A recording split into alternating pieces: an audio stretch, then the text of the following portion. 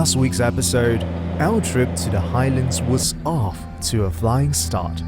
Bario eased us into our escape from the city, introducing a place where time is the ultimate luxury and connection comes from the community. Age-old traditions continue here. New ones are introduced.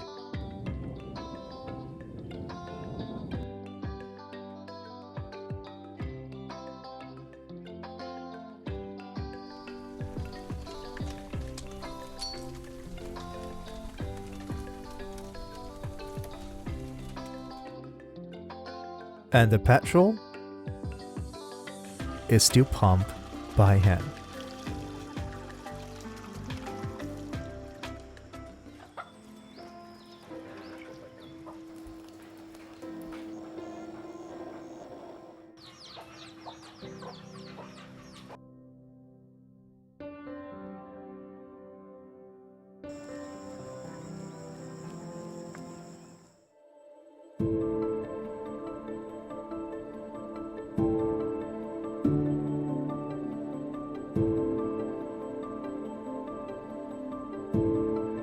As the largest settlement in the Highlands, Bario is a perfect jumping-off point to explore the surrounding area. With 13 villages in the hills surround us, there are plenty of opportunities for day trips to other communities.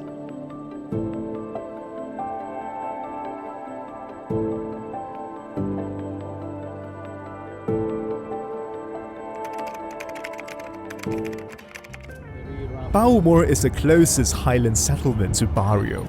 An hour-and-a-half hike, many visitors take this option of a trek through the jungle. But eager to arrive for our experience of Kelabit culture, we hop into a pickup to Baumor, which took us the 8 kilometers down the well-used roads in a fraction of a time.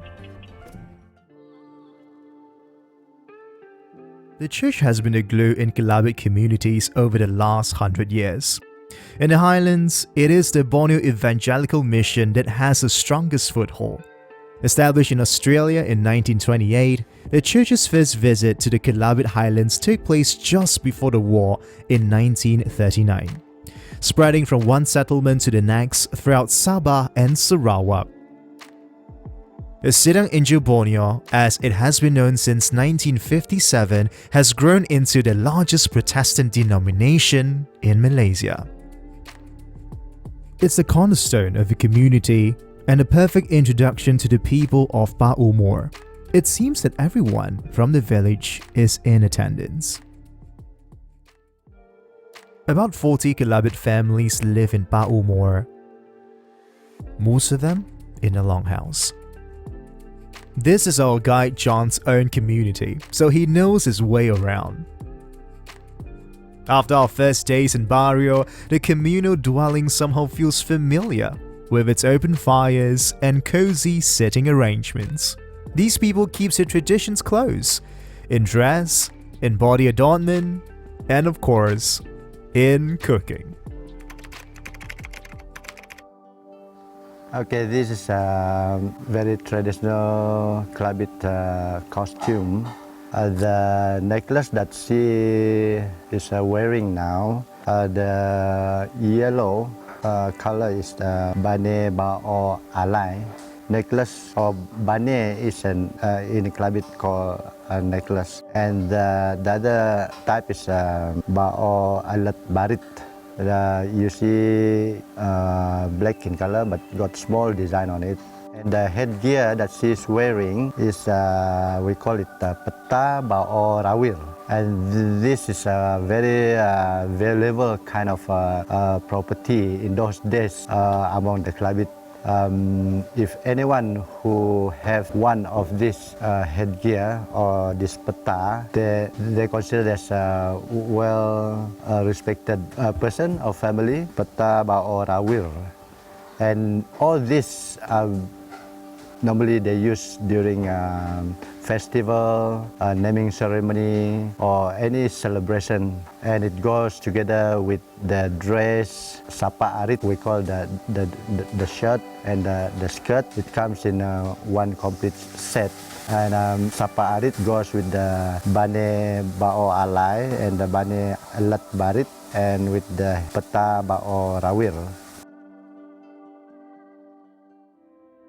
The jungle not only provides food for the Kelabit, it also gives them a range of kitchen tools. Rice is the staple.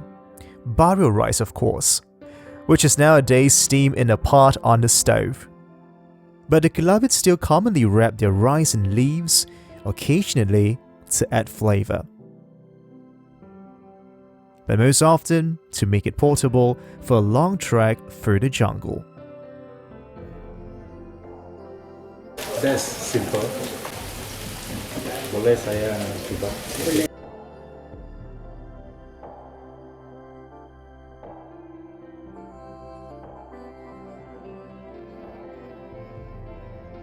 See? Simple.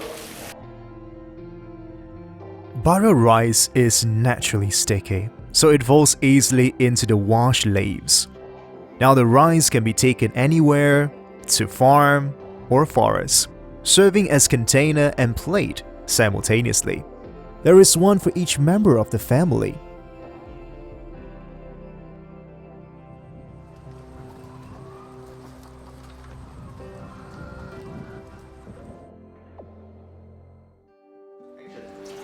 Okay, I'm going to show you this very special bamboo cooking in the traditional way. Yeah. We call it labo snutung. We have the chicken. It can be any meat that you can cook in the bamboo. We have prepared some ingredient that you can put it in with the meat. Okay. And before you can put it in the bamboo. So different ingredient will give you a bit different kind of aroma and special taste. This is the Bario sauce. Bario sauce, this is local made. We process, we produce it here. Okay. I'll have one, you have one. Okay. Yeah. Let's have some fun doing panso. Chicken panso. Okay. Thank you. But before that, ginger, busak dulu.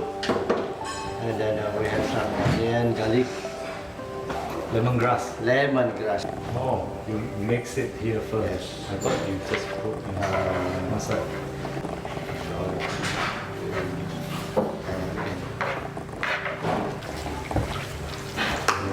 Yeah. You can have like half into yours.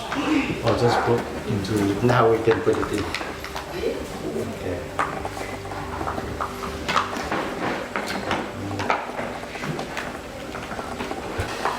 Like in the jungle, we don't have any cooking pot. So we have to look this for- is the method. Yeah. Bamboo, you can cook many things with the bamboo. Also, you can cook rice. Yeah. Yeah. This also a special leaf. It's also another type of ginger. Many species of ginger in the jungle, and the different type give different smell, taste. Roll it and Yeah. put inside. I hope it's enough to.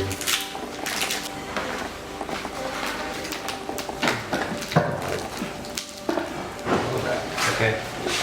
Well, So this is one done. panso chicken. Yes. You're gonna cook. Put it in there. Yes. To the Cook fire. for how long? You will see the bamboo. The change of color. Yeah. So you need to turn it slowly. Okay, this is the panso. Yeah. Labos nutuk. After we prepare it all, then we cap it, then you just put it in near the fire. After a few minutes, then you will turn it now and then. Then by looking at the bamboo, you know. You know it's cooked. Yeah. Like this. Yep. Perfect.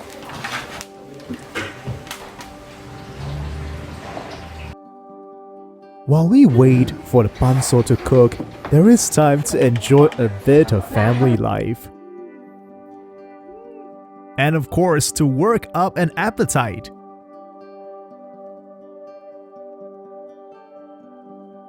We're at Pak Umar Longhouse, and she is the one who is going to prepare all these delicious food for us.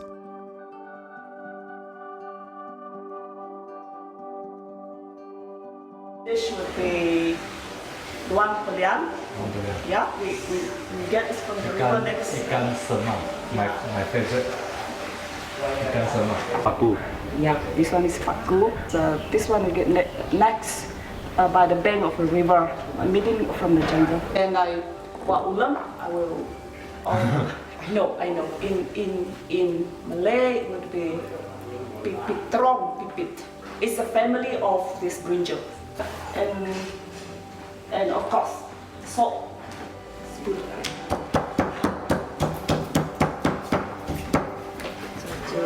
So just More. yeah. Can just press like this instead of smashing.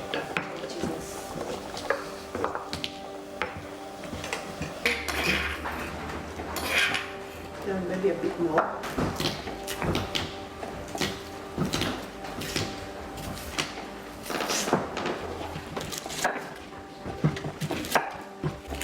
So this is a fish soup.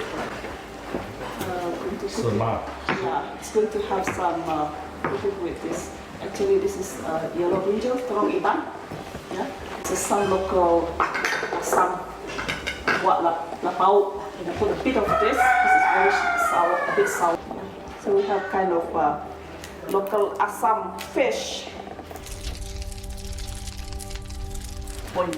Just maybe you try Just a little? one spoon, maybe. Yeah, one spoon. Just a little.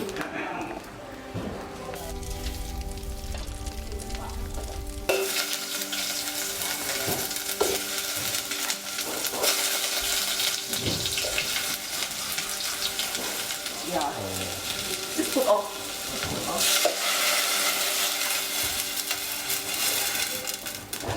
And yeah.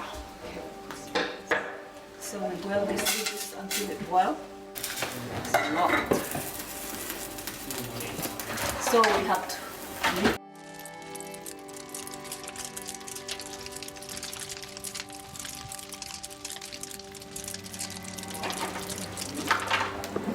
So you wait. It's wet. Put this close.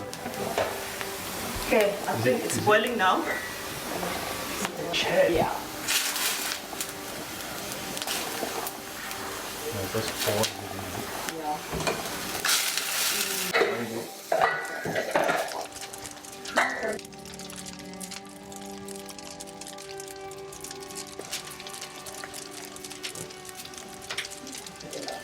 That's all? Yeah.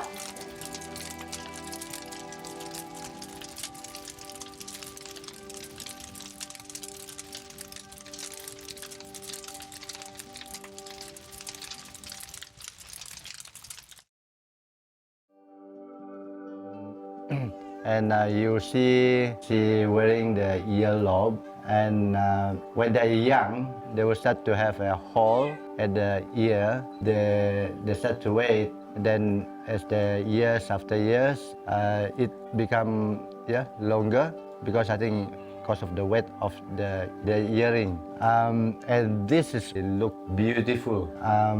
Not to forget also the beads. The beads always goes together with the earlobes and the headgear. This is something that we don't have now. Besides the long ear loops, tattooing is also a strong tradition in Borneo. Many claim that this indigenous practice originated in the highland communities, where it was the preserve of women, a mark of status and of beauty. The intricate design are still common on the legs and arms of older women in the longhouse, a practice which almost died out at one time. But tattoo culture is enjoying a renaissance, especially in urban centers where young Sarawakians are rediscovering the ancient Galabi designs. 1 hour later. At last, the bamboo has turned black and the fragrant bustle just slides out onto the plate.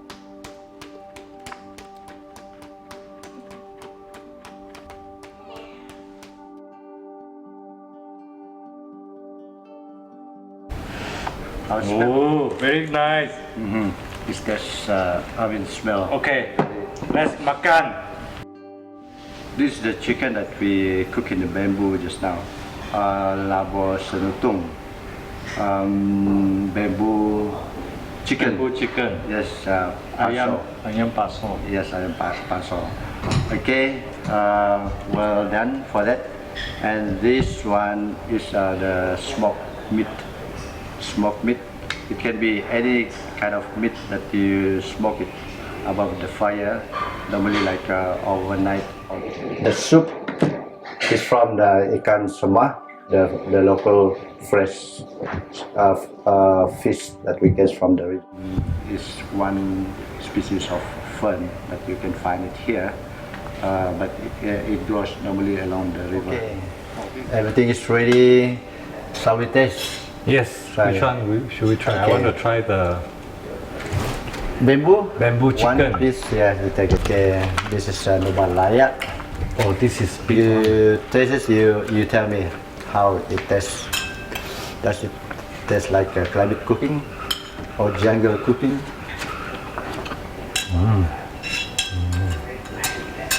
Very soft, Yeah, very nice, very well cooked. very nice. Mean in And climate. tasty. Okay, Yeah.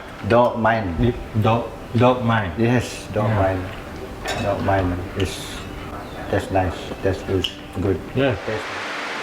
It seems to rain regularly in the Highlands.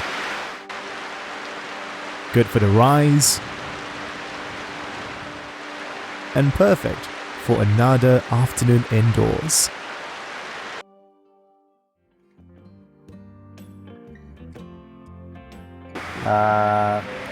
She's the only one that remains with us at this today that knows how to do this weaving.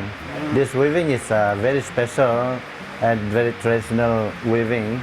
It's called kalang. Barat, Kalang. kadang kenek itu. Yeah. So, and she's the one who taught me about with this basket. And I would say that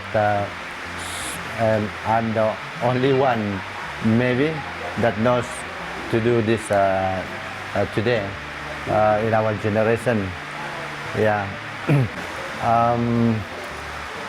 So I'm going to show you a bit what that she have taught me. This very, very special weaving, traditional weaving. I'm on the Klabit weaving called kalang.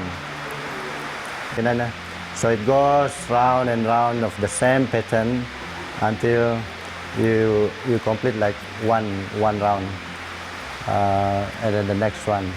So it will become bigger and bigger and longer. Okay, and this is some of the handicraft, very popular, handmade by her also. We call this one as agag. It's like a strainer. It strain, separate the rice when the grain mill the rice. There will be still some having the skin, so they put it inside here, and then they shake it slowly like this, and then the good one will go through, and the one that having the skin that haven't peeled off from the seed will be remain here. Yeah, and this one also handmade by her. This is like a net. A net, we hold it this way, that we go in the river to catch fish. Yeah. And also not many of the young generation today knows how to weave this also. And here is for chicken, when we carry chicken from the house to the farm, then normally we put them inside here. And also this is made by her. And say these two, the materials are made from a bamboo skin. Yes. This one we call a belalung. It's belalung for putting a chicken or chicks or even a bird for temporary look when we look after the bird. And the one just now, the kalang, is made from rotan. Rotan, we have to take it from the jungle. They're quite far from the jungle. We get the rotan from, and we have to clean it before we can use it, so it looks very neat and clean. Yeah, and we have some ready to be used for this kalang weaving. Although a well-established community, the people of Pa Umor are never very far away from the forest.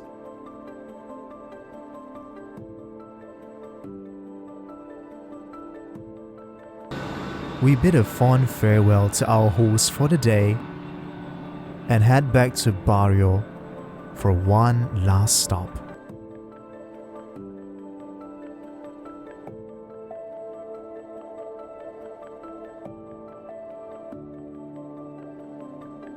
Right in the center of town stands the Ripon Hall, which houses a gallery showcasing the intricate designs in carving and weaving from Kelabit culture. The twin peaks of the building represents Batu Lawi, the majestic mountain that marks the gateway to the Kelabit Highlands. Inside the gallery is the Cultured Rainforest exhibition, the result of an extended piece of research carried out by Cambridge University into the interaction between people and the rainforests in the Kelabit Highlands. These cultural and ecological relationships with the natural environment have continued over many years, still very much in evidence until today.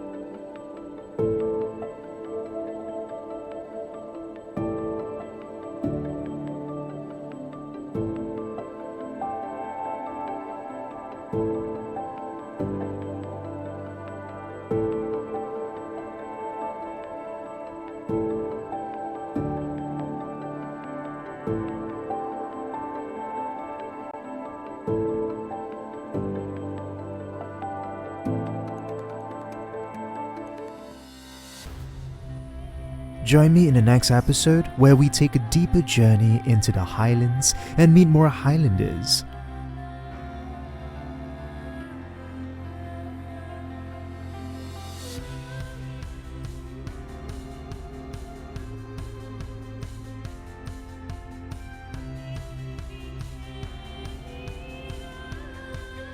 Their past merging with the future. And I discover a bit more of myself.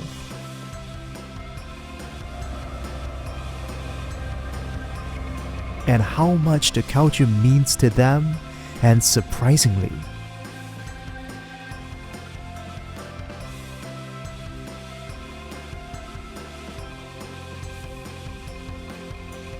me as well.